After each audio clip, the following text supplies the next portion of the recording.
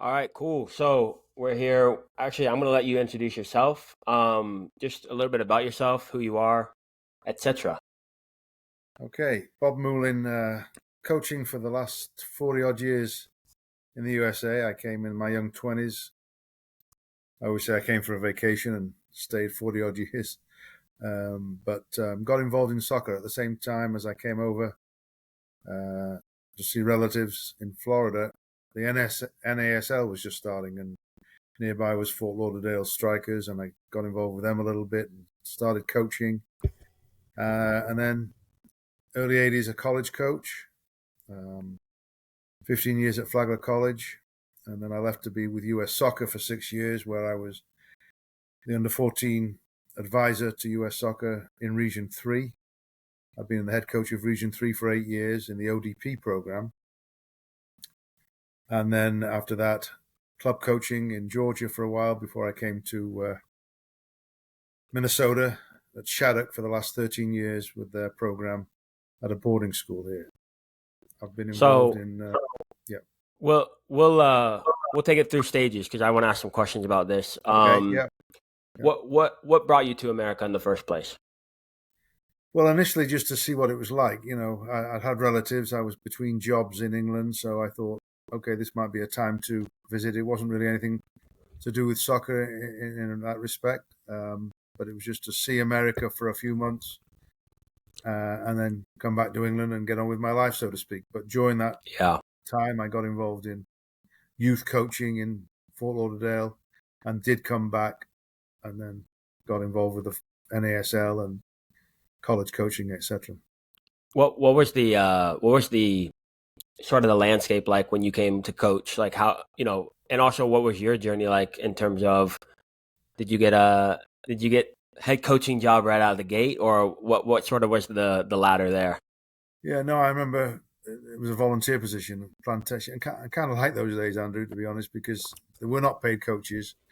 They just started in Texas after I started, but they were not. So I actually coached two teams in two different clubs. Can you believe it? Yeah, Plantation, Florida, under 16 coach, and in Coral Springs, Florida, about 5 miles up the road, under 19 coach with seniors. So during the time I was first there, I had two practices a week, game on the Saturday, just coaching and other volunteers coaching other teams.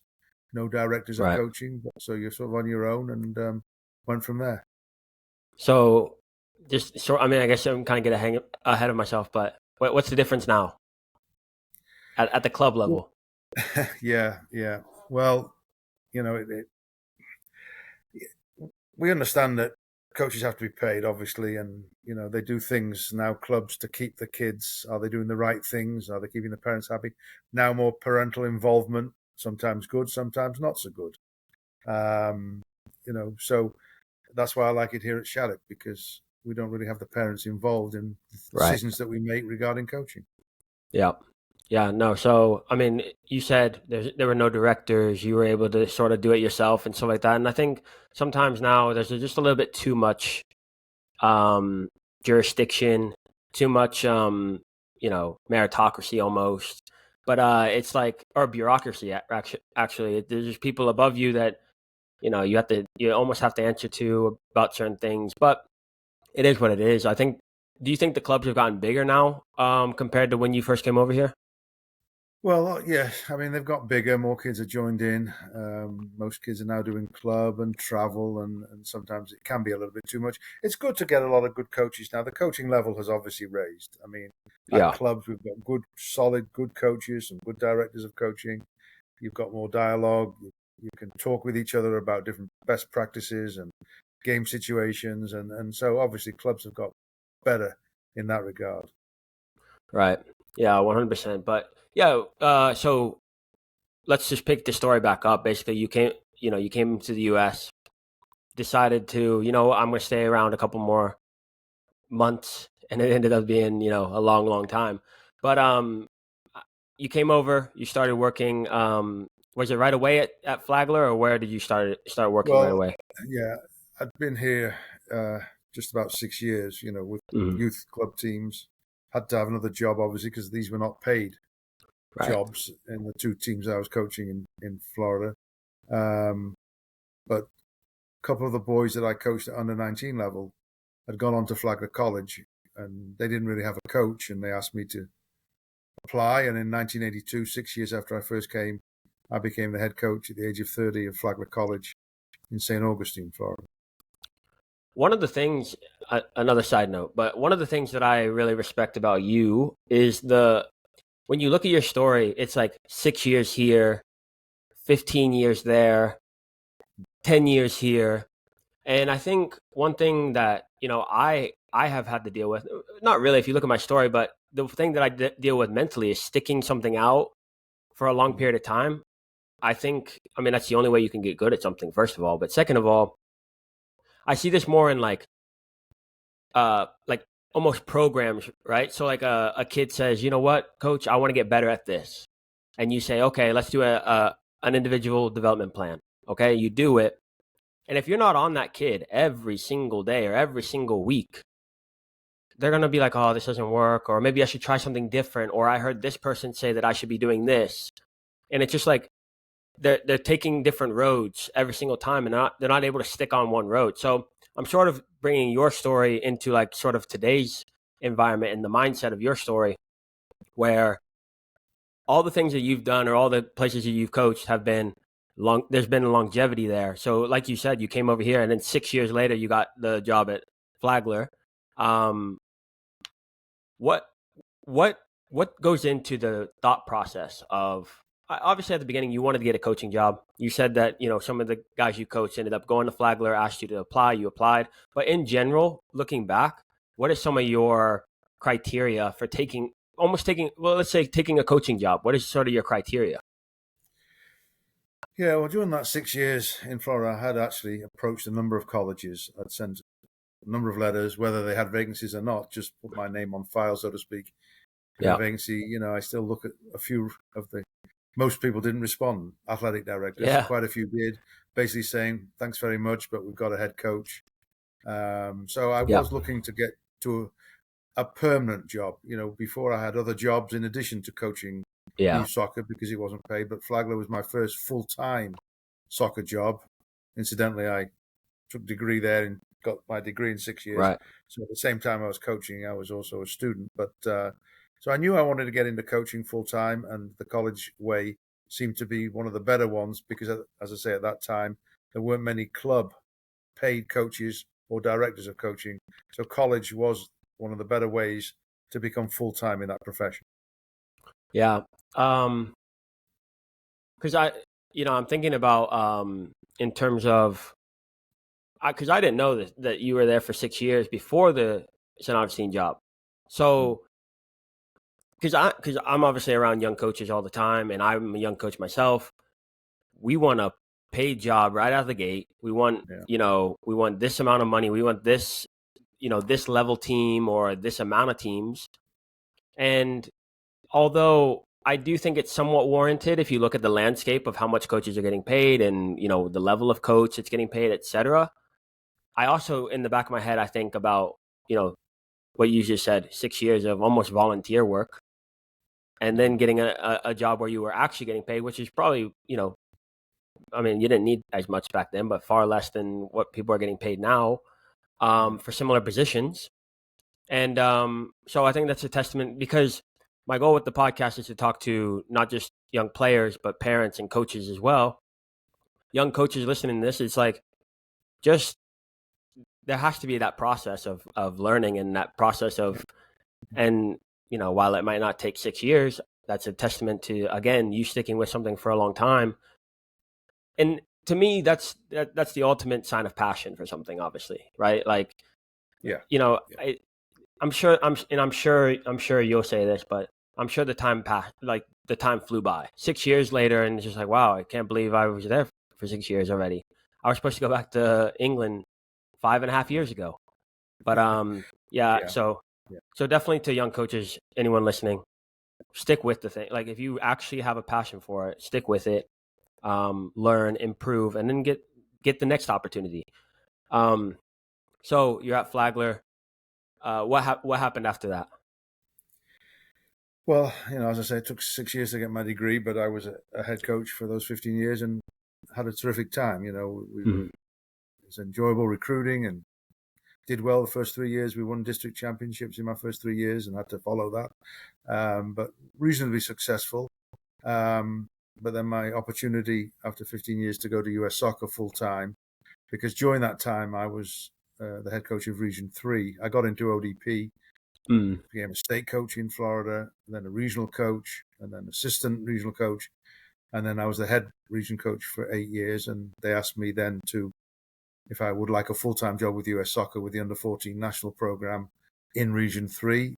And I don't think at that time there were many jobs I would have left Flagler, or unless Right. it was perhaps a more successful college, perhaps. But the idea to help with US Soccer be full time. The only thing there that you weren't really coaching that much. You were helping coaches coach and looking at the best players in the country and going to Right. national team practices, but you weren't actually coaching as much as I had been previously.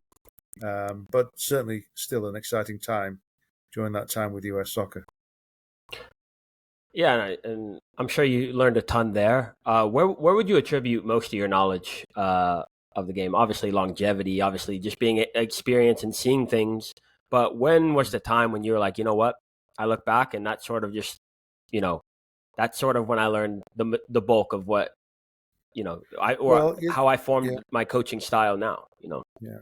Well, I think you learn a lot by playing, and that's one thing I would say to Mm. young coaches. You know, it's unfortunate in a way that there's not as many opportunities to play, and coaches get to coaching a little bit too early. And like you say, with the money situation, they get good money early on, Yeah. and their first head coaching jobs are, you know, really good jobs, Right. but they haven't done as much coaching to warrant those. But that's the landscape at the moment.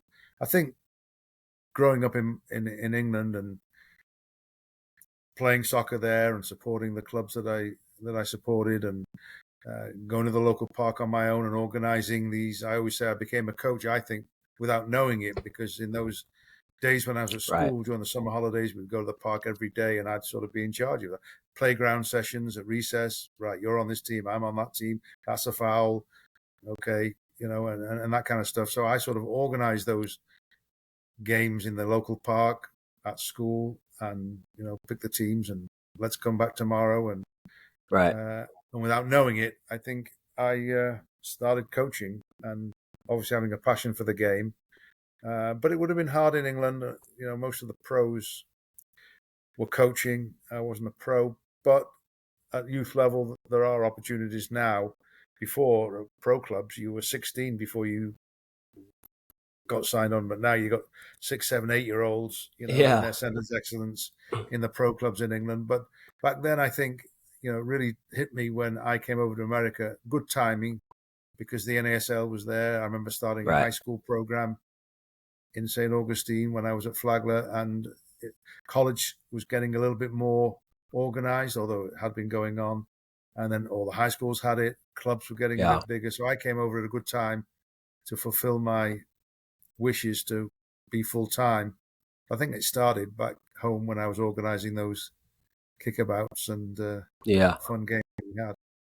What this is sort of a question I actually have for you is like what type of player do you see creating like the best type of coach?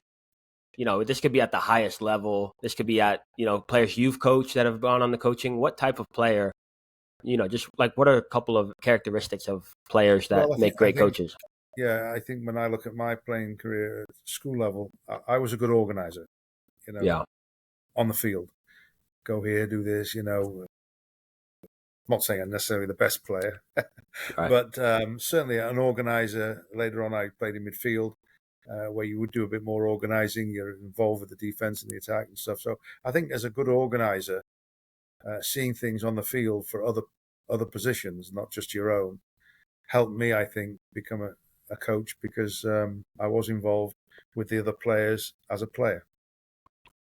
I just think to myself, I think like obviously, and again, it doesn't make them successful coaches that they played. Like, but I think the interest of coaching. You look at players like Roy Keane's obviously not in the job right now, but he wanted to be a coach. Ryan Giggs wanted to be a coach. Michael Carrick, an assistant coach. Mikel Arteta. Now I'm just thinking of the the most recent, Pep, and then you look at them as players. A lot of them are center mids, like you said, in the midfield. A lot of them are center backs. Right. And it just sort of makes sense that they would, but it's also, I think, the need for learning as well. I think that makes a great coach. I think the problem becomes, just from what I've seen, is I think the problem becomes, I stop playing. Now what do? I don't want to give up the game, so I'm going to go coach. Okay, Roy Keane is a great example. It's not the same thing. Like, coaching a team is not the same thing, and coaching a team is not the same as managing a team as well. So, so I think that's a little thing that I've noticed, because I've seen a lot of coaches who played, not even at a high level, but just love the game of soccer. They truly do have a passion for the game, but they come over with their own ideas, like how the game should be played. It should be played just like Barcelona, or just like Real Madrid, or just like Man City, without the idea of understanding what it actually means to be a coach. Well, it's well documented. I think sometimes some of the best players. I remember Bobby Charlton. He just had a difficulty when he went to a division lower, number one, than Manchester United, and as a player, that things came easy to him. Some things come easy to Roy Keane. Steven Gerrard, things will come easy to him, and now he's got to tell players that don't understand the things that he took for granted, probably. But you look at people like Ferguson, and you look at people like Wenger. They weren't great players. They were good Mourinho. players. Well, he wasn't even a player, though. He wasn't even a player. Right. He's a sort of different example. But a lot of the people that coach weren't the best players. They had to work on things. They had to learn tactics. It didn't come easy to them. So now they've got to show other people, as a manager or a coach, the things that they were taught. Where if you were good, Franz Beckenbauer was a different, obviously, because he was a terrific player and a terrific coach and very successful. But I think for the most part, those best players find it difficult. But having played the game obviously helps you. I think it's the things that they found easy, but it's also the things that, it's almost that idea that, like, I really, really worked hard for this game. I sacrificed a lot for this game, and I made it to the top. And then you are coaching players who are not necessarily willing to give that much, or not willing. They don't know, because Roy Keane at Ipswich, like, these guys are not gonna, they don't know what it means to play in an FA Cup final and give everything they have, or play on a messed up ACL or something like that in the biggest game of the season. So it's because Roy Keane, to me, obviously, Roy Keane's one of my favorite players of all time, one of my favorite people of all time. But I look at, you read his story and stuff like that, and he wasn't the most skillful player. He wasn't the quote unquote best player on the team, but obviously he was willing to give more than everyone else. And so I think those are the type of players that actually have it the hardest when they become coaches, is because they're coaching players and all they're asking for is running every blade of grass. They're asking for effort.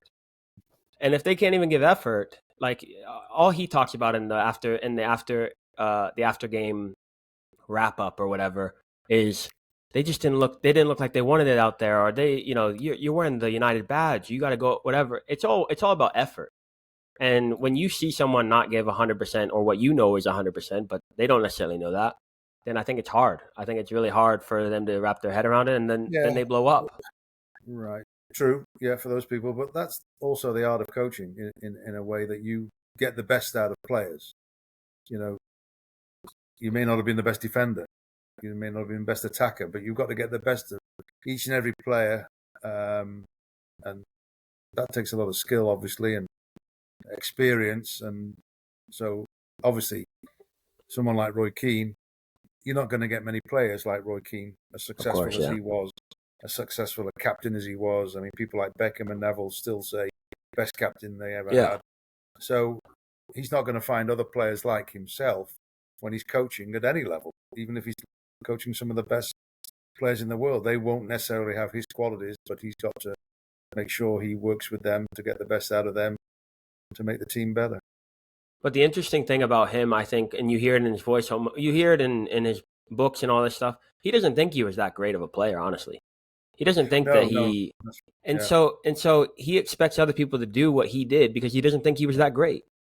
Well, he was So just doing his job, wasn't he? exactly, Just doing my job, and my job. exactly. Why wouldn't it be to work as hard as I can? You Yeah, can't understand other people who, he doesn't like people smiling and shaking hands before a game and having a chat. You're going to war against them, and you're just right. having a little chat about it, and giving high fives for the next 90 minutes. He's going to make sure your Yeah, life's a misery.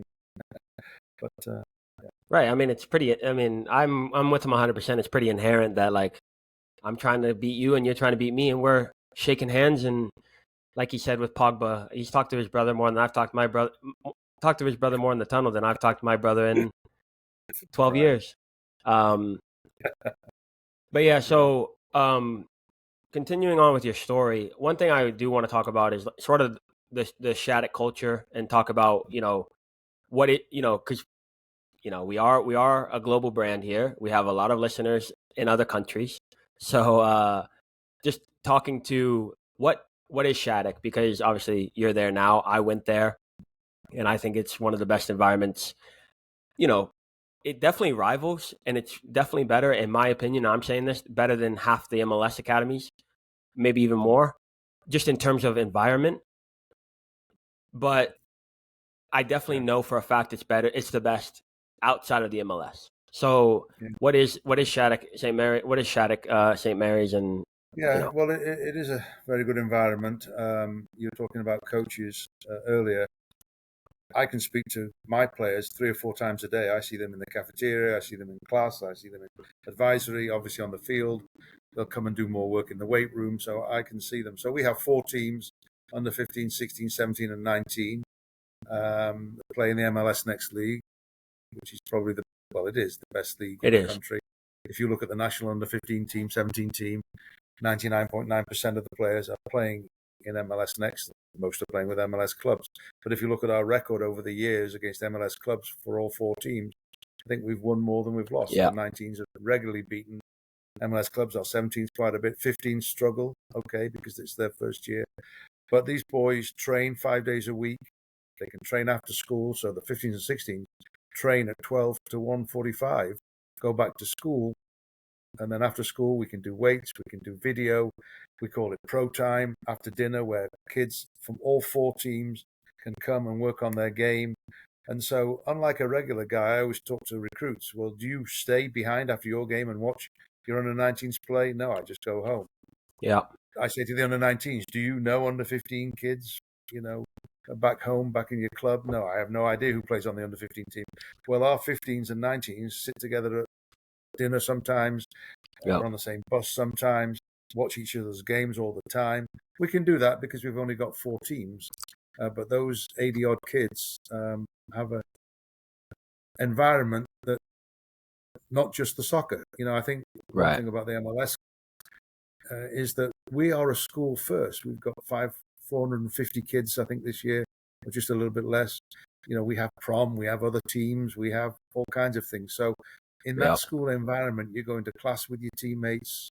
In fact, I told a recruit today, I just interviewed him, and I told him about the fact that you graduated 10 years ago and you still keep in touch with a lot of the boys that you played with. Yeah. And they tell me they're going to miss their friends, but a lot of them don't have a lot of teammates going to their school. Well, here you're going Right. to go to class with each other. You're going to spend time after school. You're on the same bus, the same plane, same hotel rooms. And, it's a terrific advantage to be around people. And we also have other sports, and you'll be around people that have a passion for their Yeah. other sports, be it hockey, figure skating, golf, or engineering, bioscience, drama. So Outside of it's a sports. school.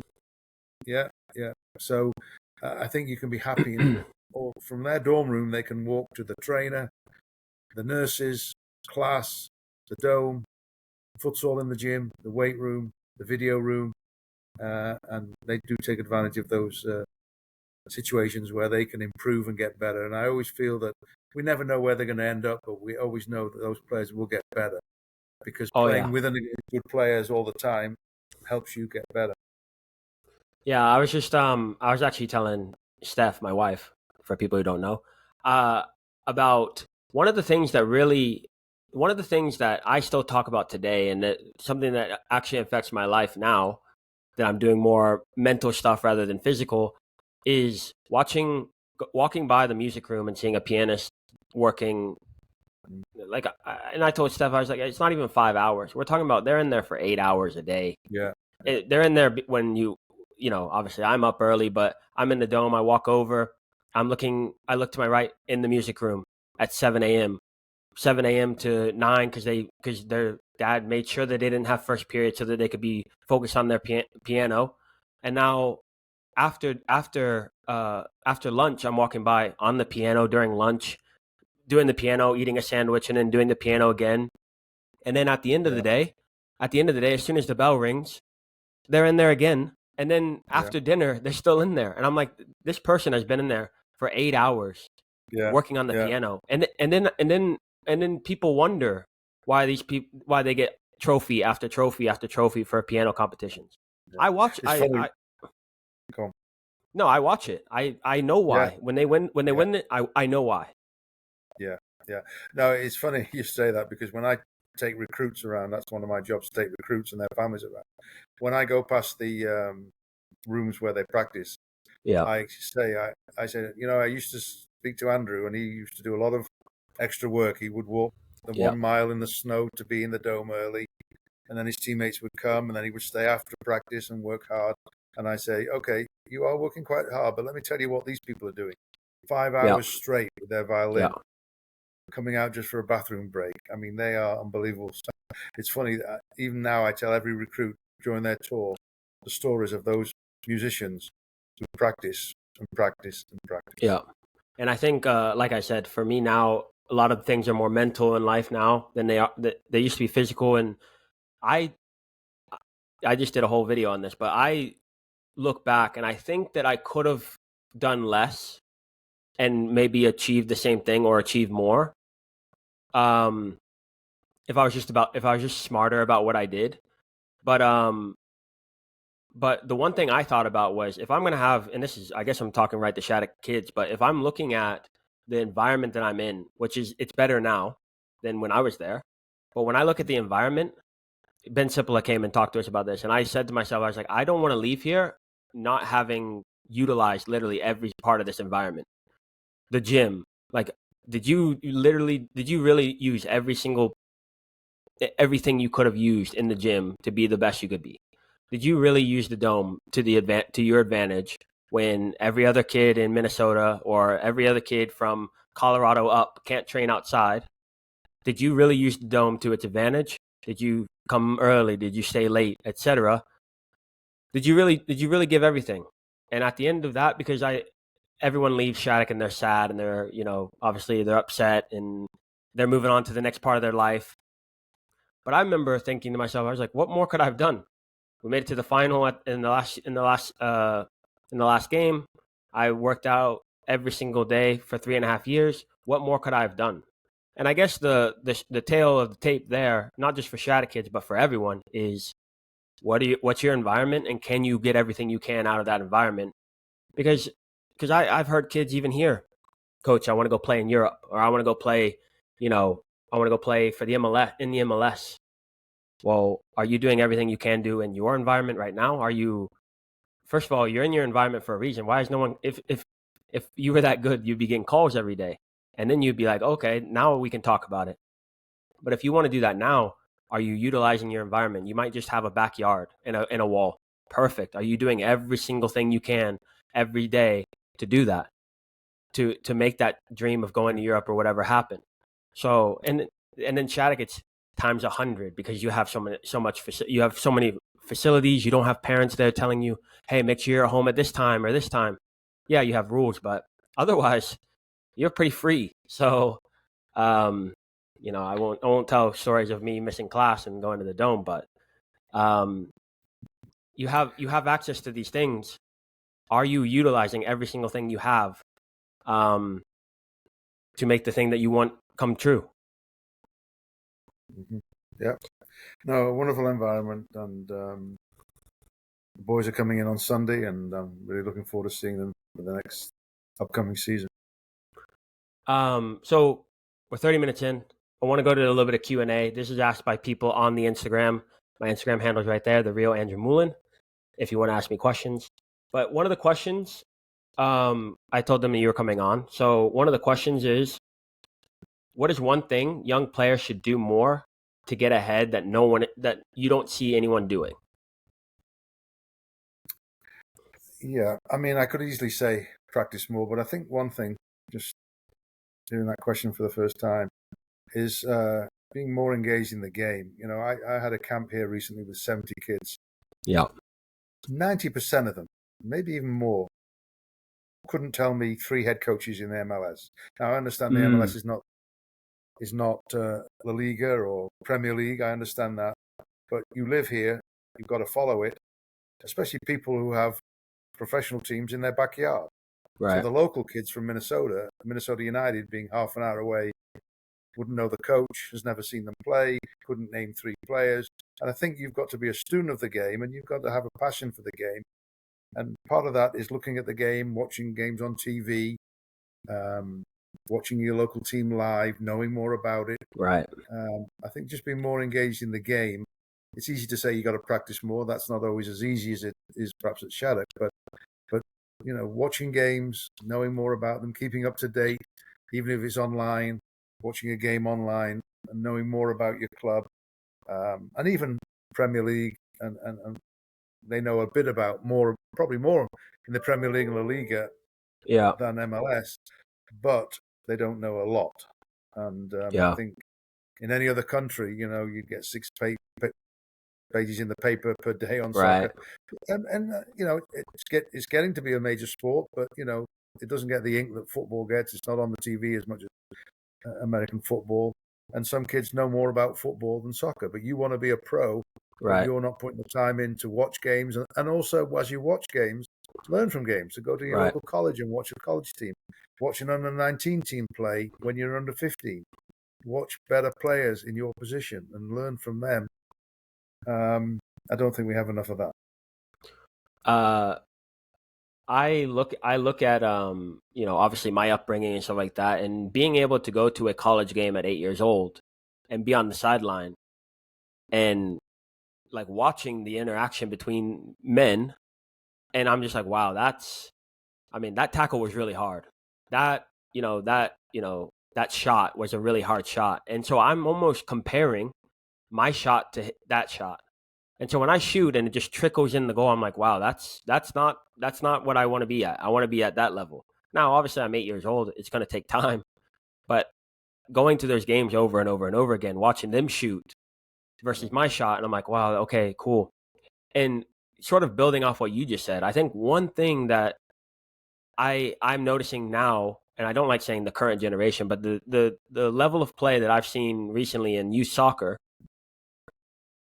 it's almost like, well, I'm only 8, so I shouldn't be able to shoot that hard. And so then we're not even trying at that point. And we've seen that, a long time ago when I came and played at Shattuck to get ready for my season, and you hear kids saying, "Well, he's older than me, so obviously he's supposed to do that." When I look back at what we used to do, when Ben Cipolla would come, played in the MLS, played for Columbus Crew, whatever, would come back, this is my opportunity to see where I'm at on the level. And we would try to beat Ben Cipolla, almost making him, almost a little bit too much, but we would try to be at that level. And I think it's sort of tied in with what you're saying is go to these pro games, college games, U19 games. Look at what they're doing. Look at the tackle that they put in. Look at the long ball that they hit, the shot that they took, and try to do that. Now, you're not going to be able to do that because you're 4, 5, 6 years, 10, 15 years younger, but try to get there. That's Yeah, the level. yeah. I well remember seeing my first game at 6 and wanted to be Bobby Charlton from then onwards. And then I remember a Tottenham player, Cliff Jones, when I was about 10. He beat a player by touching it around one way, running around the other way, and I Yeah. started, oh, I'm going to copy that and start Yeah. trying to do that because you copy your heroes, you copy the pros, and again, you're a young age, it may not come off, but you want to be like them down the road. So yeah, you're never too young. Next question from the audience. What is your biggest pet peeve in soccer today? When you watch a game, what is sort of like, can't believe they did that, from a player perspective or a coach's perspective or from a parent perspective, what are some things that are your pet peeves?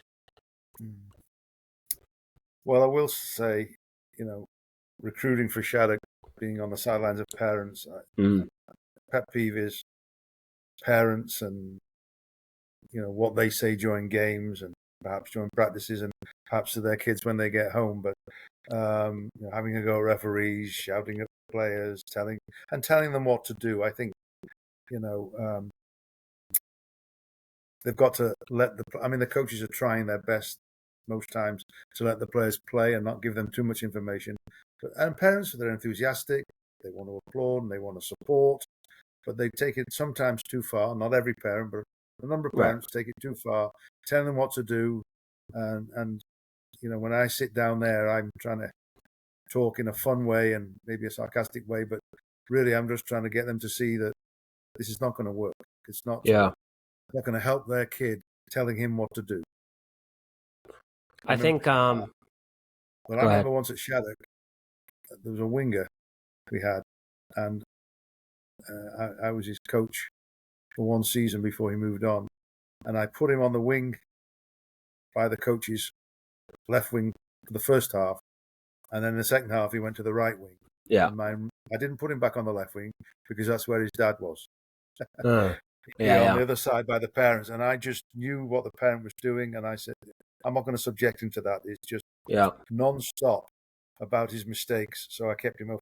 I didn't do that every game, but I did one or two games because of the parent involvement. And, so you go, and yourself, you go to pro games, you go to West Ham, you don't go to the training ground and watch. You're watching through a glass window. Right. I remember going to see Juventus under 10s play, and you couldn't say a word other than support the training session at under 10 level. So, we've got to be a little bit more like that and educate our parents to say, be a good supporter, applaud, encourage, be there for your child, but don't take it too much where you're telling them what to do all the time during the games, because that won't help them. I think it's funny you say that, because one of the biggest things that you've taught me you taught me a lot of things, but when it comes to coaching, one thing that is don't coach the player on the ball, right? At this point, so when you're on the ball, it's up to you to make the decision, and if I'm making the decision, then I'm playing, basically. Mm-hmm. What I've sort of been dealing with currently is the way that I move my players around, because I don't even coach. I try not to coach even where the ball is. If the ball's in the attacking third, I'm coaching the backs. I'm coaching, or say my right back gave the ball away a couple minutes ago, and now we're all the way over here, and then whatever. I'm telling him, hey, Tommy, next time, keep the ball, whatever. Hey, tuck in. Where's your center mid? I want to encourage them to, them do the talking, them bring the energy. Sometimes that looks like I'm micromanaging and all this stuff. I was talking to someone the other day, and I said, who do you think are the three best managers in the Premier League right now? And they said Jurgen Klopp, Pep Guardiola, Mikel Arteta. I said, who also is the most animated coaches do you think in the league? Klopp, Pep, Arteta. I'm like, what are they doing during the game? They're coaching the positioning, not on the ball. They're coaching the positioning, and they're trying to make sure people are in the right position, make sure that, hey, hey, Ben, you need to be talking a little bit more or whatever. They're trying to get their team going. They're trying to bring the energy for their team. So for me, it's been like sort of a teeter-totter thing where, but from the parent standpoint, we've said this before. You don't go into your child's classroom and they write down the wrong answer on the test. Hey, what are you doing? What are you doing? So it's like, trust the coach, trust the environment, trust the team. Well, you're right in one respect. In terms of when the ball's up front, you're looking at your goalie and your back players and trying to influence people away from the ball. But I even sometimes take it one stage further. Okay, I know my back players need to be organised, and this is perhaps with a little bit Yeah. older players, youth players. I'm talking to my goalkeeper. Organise your back four, because if we Yep. do too much of that for our players, at the end, the good teams are the ones where the players organise and tell them what to do, and especially before we lose the ball, are we in good shape? And when we've lost it, are we in good shape? So they've got to be part of that. And if we do all of this for them, then they don't become better players, because part of being a good goalkeeper, for instance, is to organise your back four. When the ball's coming down one side, make sure your other fullback's tucked in and get them out when they need to get out. And so they've got to talk. And if we tell our centre backs drop, push up, and which is good sometimes when the ball's up front, because you're always thinking one move ahead. If we lose it, are our back four deep enough? Do they need to drop? Should they push up? But let's get the goalkeeper. He should be telling them, move up, drop. The right centre back should be talking to that right back, tuck in. The left centre back should be talking to his left back, tuck in. The 6 should be talking to the 8s and the 10s, and tuck in. So sometimes we take that away. And again, I'm talking perhaps a little bit more mature, still youth players, but I'm not talking about under 8s and under 10s. But if you want to be a good goalkeeper, you're the one that's going to have to do that. And sometimes we can take that away from them. I was thinking, we were always told, at Shattuck, from Coach Carter, we were always told simplicity is genius, right? I have it tattooed on me now. My thing is, coaches nowadays, they see Barcelona play this way. Now they see Arsenal. I was watching the Arsenal the other day, and I was like, oh my goodness, I know every coach in the game is going to want their wingers to make those runs inside of the center, or inside the outside back now, because that's what Saka did. But these kids can't even pass the ball 5 yards. So I'm like, we're working on these different interchanges and movements and all these different things. When for me, I want to keep it simple, because I want, like you said, I want my players to be able to communicate that to other people, to other players. And so for the players watching, my one thing for you guys is that you should be able to first see the game as a whole.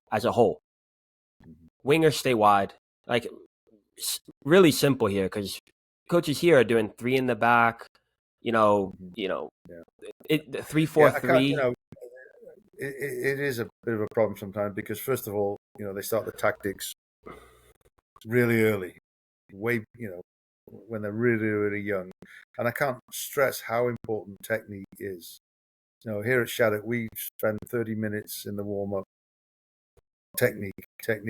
Just simple passing a ball, long balls, receiving a long ball out of the air, clearing a ball as a defender from across, finishing from different angles and different surfaces. It's important that you get the technique right, because in the end, when you do all these tactics, if they can't pass a ball or receive a ball or hit a ball 30 yards when they're older, those tactics become meaningless, in terms of we've got to get them to get that. So if we spend all our time about 3 at the back and 5 here and 2 there, right? Yes, that becomes important. The older you get and the teams, and you. But like at Shattuck, we have a system 4-3-3, 2 8s and a 6. It's consistent, but we only have 4 teams. But the older team will look at 3 at the back, and because you will change things if you're losing and that kind of stuff. But it's important. We do a good job with the team I coach, with the under-15s, where winning is not the most important thing. We want them to develop. We want them to win, obviously, and they want to win. But the things that we do during practice, we don't really work perhaps on set pieces. We can do that a little bit after school once or twice, but we don't do that during the practice. There's other important things that for 14 and 13-year-olds that need to do than spend half an hour of practice time with the wall set up. Obviously, it gets more important as you get further and further up the ladder, and very important when you're at our under 19 level. But the technical skills of what they can do, working with the weak foot, running with the ball, turning on the half turn, checking your shoulder, all these things should be done. And when people come, and I'll see this next week when we start practice, I know that the new kids that I'm coaching won't have this, because they've not really been told that much. about those technical skills. They've not really worked on them. And quite a few of them who have been the best players in their club have been just told not to work as hard. We'll get the ball to you, and it won't help them down the road, because at the next level, you've got to work. If you're going to press, you can't just be someone who hangs out. We're a pressing club at Shattuck, and all 4 teams do it. So when one boy from 15s who's the 16s, he's got the same system and the same kind of values and the same kind of way we have our tactics. So it's easy to move up and down. But we know that kids coming in for the first time have not had that kind of training, and that's the first thing we'll be looking at. How their technical skills and their work rate and the willingness to do the things it takes to be more successful when they're older. Yeah, I think if I had led with this question, we could have a long discussion on it. But one thing for me that I've completely changed my idea of, because I thought to myself, I said, if I had a 10-year-old kid, if someone brought me a 10-year-old kid today, let's say they had a little bit of soccer knowledge, but not much, 10-year-old kid, and I said, I want to make this 10-year-old kid a pro, and it's just a general kid, right? It's not a real kid, but a general kid. What would I do to get him to the highest possible level he could be at 19, 20? My first thing that I would want to do is maximize them physically. Now, I'm not going to get him in the gym doing bench press and all this stuff, but you got to be able to move your body in terms of, can you do push-up? If you can only do 2 push-ups and you're 10 years old, not good. Got to get more push-ups, sit-ups, pull-ups, simple exercises, moving your body through space. That's important to me, because if I can get you physically fit, then we can train all day. You know what I'm saying? So it's like you're not getting tired in training, so now your training suffers, and we can only train for 30 minutes because you're not fit enough. Fitness, for me, would be the number one. The idea of, obviously, 10 years old, I want you to understand the game in terms of, like, watch the game. Understand, that's a center defensive mid, also known as a 6. That's a number 7, also known as a right mid. 11 left mid. Just know the basics. Know the overarching basics of soccer, football, whatever you want to say. The forward's job is to score goals. The center back's job is to keep the ball out, whatever. You don't need to know intricate movements here and movements there and how to get out of this, whatever. Just know the basics of soccer. See the overarching field. And then we work on the technique. Because what I noticed is a lot of people do technique. First of all, they don't think of technique in the way that you and I think of technique. My idea of technique is can you pass the ball? Can you get out of trouble when you need to get out of trouble? Can you do it quickly? Can you do it 1 and 2 touch rather than 15 touches? But some people, some coaches and players alike, do exercises, technical exercises for technical exercise sake. They do these different exercises and these different drills that, for me, having played the game for a long time, I can't really understand how this works in a game. And if I can't understand how this works in a game, I don't think we should be doing it. So for me, in the dome, one of the greatest things that I ever did was get in the corner of the dome, play the ball off the wall, receive it, and play it off the other wall. Do that for a couple of hours a day. And it's sort of going to my next point with what you were saying, is how technical comes in the warm-up almost. For me, I love having technique in the warm-up, because I think, I've said this to a lot of people, is I think the difference between, one of the differences between a pro and a Joe is that pros have their basics 99% down. They don't make mistakes, simple mistakes. Now, obviously, there are special cases like Luton Town this weekend, whatever, technical errors. But overall, if someone throws the ball into Lionel Messi, he's going to take a touch and he's going to play it back. He's not going to mess that up 99% of the time. And so, to all players, my main thing is, like, if you're not training with your team, I would definitely be either focusing on my fitness, and that could be position specific if you're older, or if you're younger. How many push-ups can you do? How many sit-ups can you do? How many pull-ups? Can you run from box to box? And how many times can you do that? Whatever. Just simple thing. You don't need to have a crazy workout plan when you're 10 to 14 years old. Just do the basics. And then know the overarching part of the game. If you're older, you need to understand the overall game, but also how do you play into that? How does your position play into that? And then lastly, then you're focusing on technique, getting the basics down, because in training is when you can work on position specific pattern play, you know, possession exercises, full game, all that stuff. But when you're on your own, you got to be focusing on the very, very basics, making sure you're 99% perfect at those. So that was sort of like my philosophy shift. Yeah, I mean, even at Shattuck, the last 15 minutes of practice once or twice a week, pro time we call it, but right, go and work on your game. We have an individual development plan for every player. Yeah. And after school and after dinner, they can come and work on their game. I'm going to hit 20 long balls 3 times a week. What do you need? Do you need a partner if you're finishing? And then, as I say, during the practice time, we have 15 minutes and we can go around helping different players work on their technical skills. And that becomes a bit more position specific, but striking a ball, dribbling a ball, passing a ball, you need all those kind of qualities no matter what position you play. Okay, couple quick fire questions and then we're done. Like a one to 2 sentence explanation, and then we'll on to the next question. So first question, Messi or Ronaldo? Messi. I'm going to have to say Messi. I mean, Ronaldo at United, although he soured himself at the end, but Messi. Oh my goodness. We just did a poll on my Instagram. We had 100 people poll. 90 said Ronaldo, 10 said Messi. That's because you influence. That's because you're influenced. Yeah.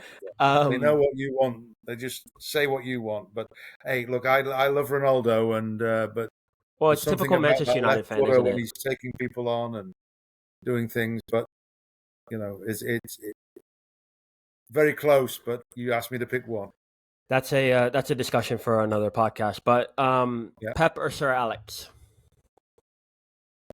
Well, I'm going to have to go with Sir Alex at the moment. Well, say Haaland the other day. I mean, having to go at Haaland at halftime, like Gary Neville said, Fergie would never have done something like that. He'd have had a right go at him, probably more so, but it would have been in the dressing room, not on the way out from halftime. But anyway, I respect Pep. He's got good players, just like Fergie had. But the thing is, with Sir Alex Ferguson, when he came to Manchester United, we were doing very poorly.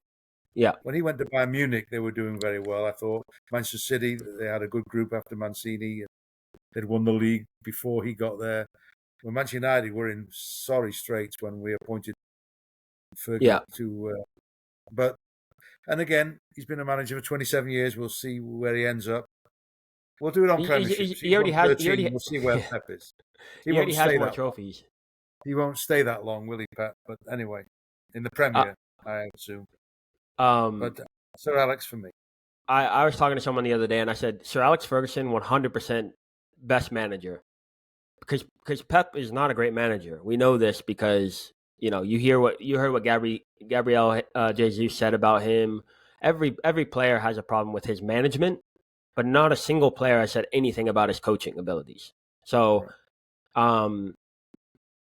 but yeah, so we'll just say that that's an opinion-based question, an answer that you gave, and the next question is Pep or Mourinho.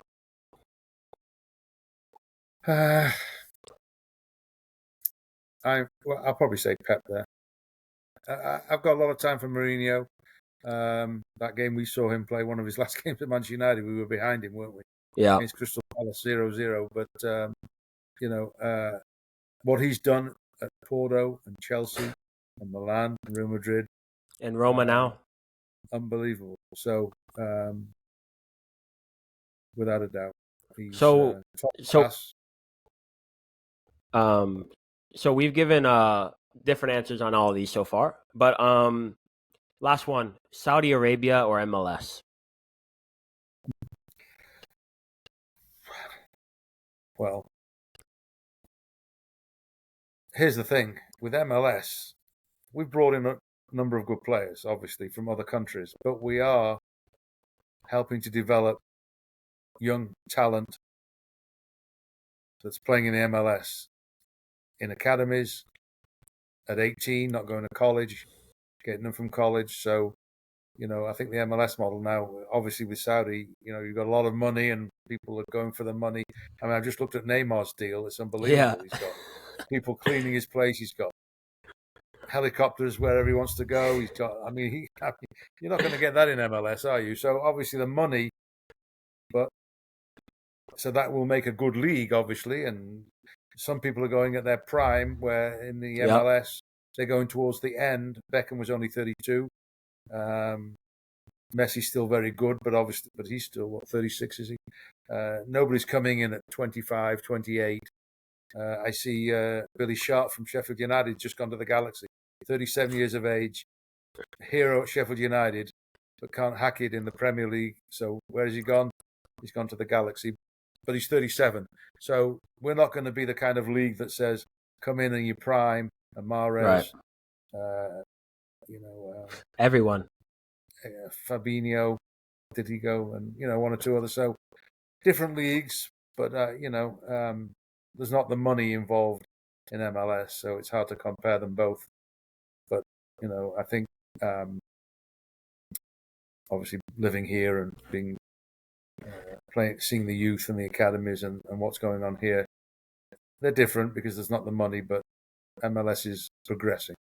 Yeah, you've pretty much given an opinion-based answer on all these because Saudi Arabia just came out and they said players in the third division are now going to get paid $4,000 a week.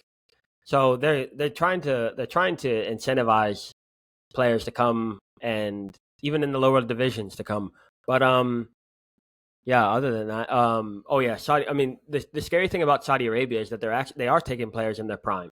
So that's for me that's kind of scary almost, because what's going to happen? They're literally just taking from the Premier League, La Liga, Bundesliga, and stuff like that. One could say that maybe certain players are going to reach a higher level because of this, because they're getting rid of, I think of Brozovic that played for Inter Milan. He left and he's with Ronaldo now. Some young kid could come in who never would have gotten a chance because Brozovic would have been there for 5 years, never got a chance, ended up going to a lower league and never playing, whatever. And now he's getting a chance. Yeah. So no, I mean, people will fill in. I mean, Palmer did terrific yesterday and for City, and they're talking about him. But, Mahrez is gone. De Bruyne is injured for 3 or 4 months. So now he's got an opportunity. And when people are leaving, like Liverpool, 4 or 5 midfielders are gone, but they might bring 1 or 2 others. They've already brought 2 in, and there might be a young kid, an Elliott or someone like that will develop and play more regularly and be a star himself. So there are opportunities for kids and players who are younger when someone established leaves and goes to any other country, not just Saudi. So, end of the episode, I really appreciate the time coming on. Anyone who's new to the podcast, me and my dad are going to be co-hosting and trying to facilitate and make this podcast better with more knowledge and not just me talking to a screen by myself. But appreciate you coming on, and look forward to the next one. Yeah, all the best, Andrew. Good talking to you.